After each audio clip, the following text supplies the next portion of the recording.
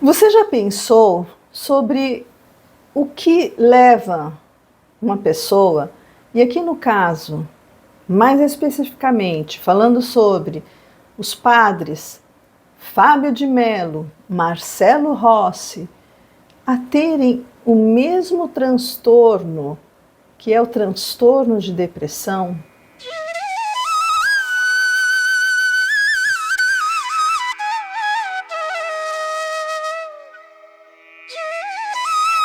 Como é que você pensa sobre um padre que tem como modo de vida, que se dedica 100% a falar sobre Jesus, a falar sobre a importância da fé, a exemplificar qual o melhor caminho que cada um de nós precisa seguir, a se dedicar 100% à religião? Como é que pessoas assim chegam à depressão? É sobre isso que nós vamos falar hoje, sobre a depressão, nos casos dos padres tão conhecidos aqui no Brasil, Fábio de Mello, Marcelo Rossi. O que pode ter feito com que eles chegassem ao transtorno depressivo? Por que pessoas que se dedicam à fé, à religião, também sofrem dos transtornos que as outras pessoas comuns têm? Eu aproveito para pedir a você que, se não é inscrito, se inscreva no canal, curta, depois que assistir o vídeo, comente, compartilhe. Isso ajuda muito o meu canal, ajuda o meu trabalho e mostra para o YouTube que esse conteúdo é um conteúdo de relevância. Então, primeiro nós vamos fazer uma breve biografia sobre quem são, esses padres, o padre Fábio de Mello e o padre Marcelo Rossi. Bem, e o padre Fábio José de Mello Silva é um sacerdote católico. Ele é artista, ele é escritor, professor universitário, apresentador, e ele nasceu em 3 de abril de 1971. O Marcelo, padre Marcelo Mendonça Rossi, mais conhecido como padre Marcelo Rossi, também sacerdote católico, cantor, escritor brasileiro, nascido em 20 de maio de 1967. Mas então vamos entender o que aconteceu com eles. Primeiro, compreendendo o que é a depressão, tá? O transtorno de depressão. A Organização Mundial de Saúde, ela estima que mais de 300 milhões de pessoas sofrem de depressão em todo o mundo. Gente, é um número muito expressivo. A depressão é um transtorno mental frequente e principal causa de incapacidade no mundo. Aqui no Brasil, a prevalência de depressão é de 5,8% da população, o que corresponde a 11,7 milhões de brasileiros. O Brasil é o país com maior prevalência de depressão na América Latina. E ele está no 5º lugar no ranking de países mais depressivos do mundo, gente. A depressão ela deve se tornar a 2ª doença mais prevalente no Ocidente em 2025. E agora vamos falar sobre o DSM-5, que é o Manual Diagnóstico e Estatístico de Transtornos Mentais. Nós vamos nos basear nele, porque a ciência se baseia nesse manual na sua 5ª edição. Então, ele descreve a depressão como um transtorno mental, caracterizado por tristeza persistente, perda de interesse ou prazer nas atividades diárias e prejuízo no funcionamento social, profissional ou em outras áreas importantes da vida. E ela está inserida, a depressão, nos transtornos depressivos, obviamente, né? E eles têm lá as classificações, as categorias de depressão, tá? Nós não vamos aqui nos ater aos detalhes, e é importante que você saiba que a depressão não é só uma tristeza passageira, tá? Todos nós, em alguns momentos da vida, nos sentimos depressivos, faz parte do nosso funcionamento psicológico. O problema é quando a depressão se torna recorrente, a gente não consegue sair da depressão. É quando a gente perde uma pessoa querida, quando a gente perde um trabalho, quando acaba um relacionamento amoroso, entre outros episódios, a gente passa por aquilo que chamamos em psicologia de luto. O luto é uma fase em que nós nos tornamos mais introspectivos, mais reflexivos. É uma depressãozinha, tá? Em que a gente vai ter que compreender essa perda, né, assimilar, elaborar tudo isso, e ele tem um final, né, um final do período de luto. Depende muito de pessoa para pessoa, mas enfim, a pessoa saudável passa pelo luto, né, de uma forma saudável, ele tem começo, meio e fim. Agora, quando a pessoa não consegue ultrapassar essa fase, fica estagnada, aí sim, aí é um problema. Então, a depressão se torna um problema diário na vida da pessoa, atrapalha a qualidade de vida, e aí chegou o momento dela procurar ajuda, né? Foi o que aconteceu com os dois padres. E aí vamos falar então sobre os sintomas. Quais são os principais sintomas da depressão? Falta de interesse ou prazer nas atividades do dia a dia. Um humor deprimido, uma tristeza profunda, vazio ou desesperança. Alterações do apetite. Então, a falta de apetite ou muito apetite, com perda significativa ou ganho de peso. Distúrbios do sono, insônia ou sono excessivo, fadiga ou falta de energia constante, sentimentos de culpa, de inutilidade, mesmo sem motivo aparente, tá? Dificuldades de concentração, dificuldade de fazer escolhas, de tomar decisões, né? Pensamentos de morte ou suicídio. Então, esses são os sintomas principais, né? Mas o que pode causar isso? Vamos aqui às causas mais comuns, né? Mais conhecidas, que são os fatores biológicos, problemas dos neurotransmissores no cérebro, relação com serotonina, dopamina, noradrenalina, fatores genéticos, o histórico familiar de depressão,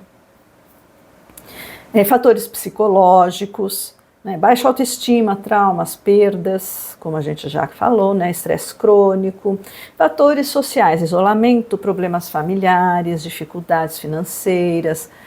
Então, sempre veja que nessas causas, a gente sempre vai para a questão do luto que eu acabei de falar, tá? E aí, então, entendido isso, dito isto, né? E agora vamos nos dedicar a falar sobre a depressão que aconteceu com esses dois padres, que são muito famosos aqui no Brasil. Eu vou primeiro relacionar a depressão deles a algo que é muito importante, que se chama libido. O que é a libido? A libido é um termo que foi desenvolvido pela psicanálise, por Freud, e ela é uma energia, uma força, uma energia sexual, uma energia psíquica que nos leva a movimentar, nos movimentarmos para a vida, né? Ela traz aquela vontade de viver, hein? A energia sexual, né? A energia sexual, vamos falar um pouquinho sobre a energia sexual psicológica da libido. O que significa essa energia sexual? Dentro do conhecimento da psicologia transpessoal, da naturopatia, nós compreendemos essa energia sexual como uma energia de vida que a gente pode chamar de prana, de ti. É uma energia muito importante que nos coloca ativos para a vida. E essa energia, ela é potencializada, assimilada, contida no segundo chakra, falando um pouco aqui sobre os chakras, né, que são centros psicoenergéticos que nós temos no nosso corpo energético, e está relacionado esse chakra, Swadhisthana, aos nossos relacionamentos. Então não é só necessariamente ao relacionamento sexual, relacionamento amoroso, tá? Mas tem a função de nos colocar em todos os relacionamentos com a vida. Relacionamentos profissionais, relacionamentos familiares, relacionamento com a mãe, né? A nossa interação com a vida. E aí, falando sobre a libido, imagina para esses padres que se colocam, se disponibilizam a seguir uma religião que tem regras, que você tem que assumir o celibato. O que é o celibato, gente? Eles não podem ter um relacionamento amoroso, eles não podem ter relacionamento sexual, né? E eles são seres humanos. Então é como se eles tivessem que se tornar super-heróis dentro da doutrina católica, e eles têm que passar uma imagem para o povo, para os seguidores, né? Não, eu tenho fé, olha, vocês têm que ter fé. Então, quando eles passam essas pregações, óbvio que os primeiros a terem que seguir aquilo que eles falam são eles próprios. Imagina a dificuldade que é isso aí para eles. Segundo, a dificuldade que eles encontram na questão de que eles vêm com aquela libido, né, de convencer o outro, essa energia que eles têm acumulada, então eles usam através desse laríngeo, aqui através da fala, que tem relação com o segundo chakra, tá? Esse aqui é o quinto chakra, Vishuddha, ele tem relação com o segundo chakra, né? Então ele vem e quer trazer tudo aquilo que ele acredita, entre aspas, né? Eu vou explicar o porquê o entre aspas. E aí ele vê que não tem muito resultado, né? As pessoas muitas vezes não entendem a palavra deles, eles veem que não traz muito resultado, eles são muito assediados, né? Eu vi ali que o padre Marcelo Rossi teve um episódio em que uma pessoa empurrou ele ali onde ele estava falando, ele caiu, uma coisa horrorosa. Então eles sofrem muito assédio. Aí tem um detalhe, tá? Esse assédio que eles sofrem é tanto dos encarnados, que a gente chama, né, na espiritualidade, quanto dos espíritos desencarnados. Por quê? Porque eles são uma vitrine, né? Tem muita gente ali olhando para eles, e tem muita gente que manda flechas em direção deles, flechas energéticas, que fazem muito mal para o campo de energia deles, né? E, obviamente, que os padres das igrejas católicas, eles não seguem nenhum ensinamento assim, mais oriental, né, de outras filosofias. Toda religião tem uma doutrinação muito limitante. Então eles têm que seguir aquela doutrina, então eles não vão falar sobre chakras, eles não vão falar sobre energia, eles têm um outro entendimento completamente diferente, né? Mas eles sofrem esses assédios. Então mesmo você tirando essa relação com chakras, com o campo de energia, imagina como é que fica o emocional deles, o mental deles, né? Tudo isso influencia, obviamente, na sua vitalidade, né? Nessa libido. Eu posso até colocar libido sinônimo vitalidade, né? Essa força vital. Agora, veja bem, quem nasceu primeiro, o ovo ou a galinha? Quem vem primeiro, a libido ou a depressão? Quer dizer, será que a depressão causa a falta de libido, como muitos afirmam, ou foi a libido que causou a depressão neles, né? Olha só, gente, no contexto transpessoal da naturopatia com a qual eu trabalho, a gente vê o seguinte, antes de eu ter a depressão, nós tivemos os gatilhos, e um dos gatilhos é a falta de libido. E a falta de libido ocorreu por quê? Acabei de falar aqui sobre alguns fatores que influenciam a libido, né? No caso dos padres, toda essa energia, essa vontade, né, de trazer a palavra de Jesus, o catolicismo, tudo aquilo que está inserido nessa religião, foi diminuindo. Mas por que foi diminuindo? Existem vários fatores. Aqui nós falamos, né? Então a libido deles foi diminuindo, além do que o celibato, né?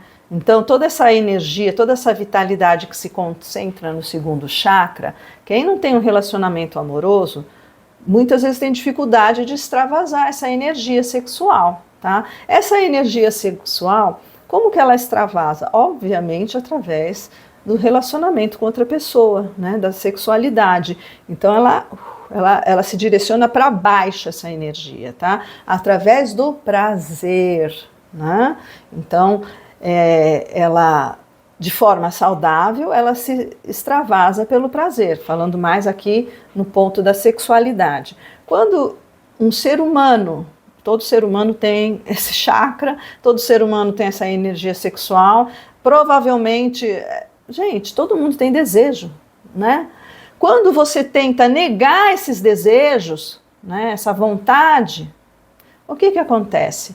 Essa energia, ela implode, ela sobe, né? Aí ela é expressa pela palavra, mas muitas vezes o que acontece? Ela sobe até o campo mental, produzindo os transtornos mentais, né? Tipo assim, a loucura, entre aspas também, tá?